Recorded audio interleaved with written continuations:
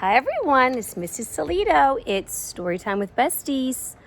Outside edition, late night edition. It's early evening, one of my favorite times of the day. I come outside and it's so quiet. There was a little breeze a while ago. And I'm going to read you a story about Pete. You know we love Pete. Do you ever want the day never to end when you're outside? Yeah. Beautiful days like this, you want the day to go on and on and on and on and on, but you know it has to end because night's coming. Well, that's what's going to happen to Pete and his buddies. They don't want their day to end. They are having so much fun. Let me show you what they're doing. It's called Pete the Cat and the Bedtime Blues. They are going to have a sleepover. Have you been having any sleepovers with any of your buddies? Maybe not, but maybe soon you'll get to. Sleepovers are lots of fun.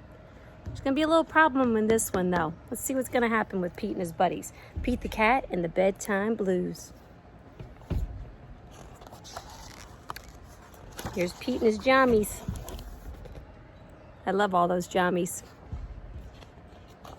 Pete the Cat and the Bedtime Blues by Kimberly and James Steen. Pete and the gang had a great day. They'd been at the beach, surf and sun, and tons of fun. But when the sun went down, they didn't want the fun to end. Pete had an idea. Boop, popped into his brain. Hey, how about a sleepover? More time for tons of fun. Groovy. Pete's place. Let's go. They're on Grumpy Toad's bike. I love Grumpy Toad so much. The party was far out, but they knew they couldn't stay up all night. The gang decided it was time to say good night. I know sometimes when you have sleepovers, you want to stay up all night long. Think they're going to go right to bed? Let's see.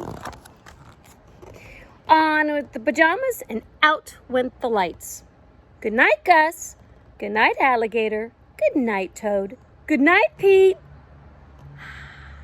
All in their little sleeping bags, ready for bed. Maybe.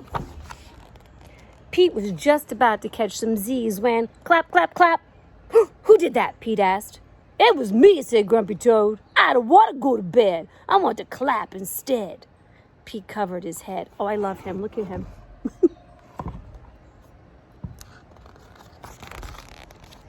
This cool cat needs to go to bed. Good night, Gus. Good night, Alligator. Good night, Toad. Good night, Pete. Time to sleep. Pete tried again to catch some Z's when rat-a-tat-tat. Who did that? Pete asked. It was me, said Gus the platypus. I don't want to go to bed. I want to jam instead. Pete covered his head. This cool cat needs to go to bed. Time to sleep.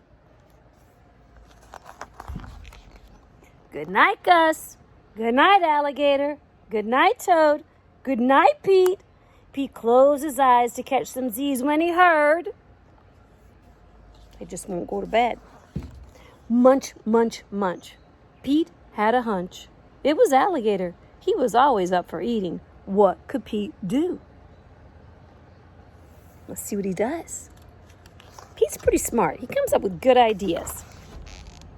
All the clapping, the rat-a-tat-tatting, and munching was giving him the bedtime blues. Pete had a groovy idea.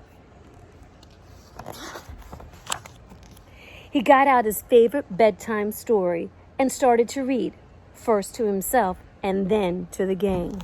He's reading Pete the Cat and the 10 Little Monsters. What happens when someone reads you a bedtime story? I know what happens to me. It makes me really sleepy. Pete noticed it was finally quiet. No more clapping, no more rat-a-tat-tatting, and no more munching. Think they're asleep? Let's see. They all settled down, and no one made a sound. Oh, look at their eyes. They look sleepy again.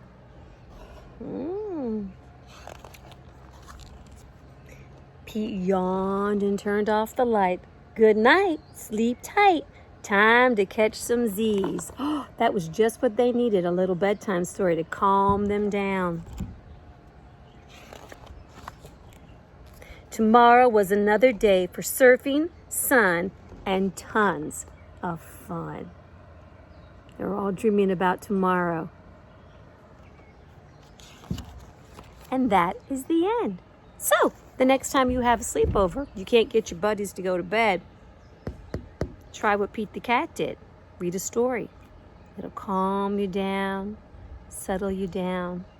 Have a great night. Don't stay up too late. Remember to catch your Z's. Until next time, bye-bye.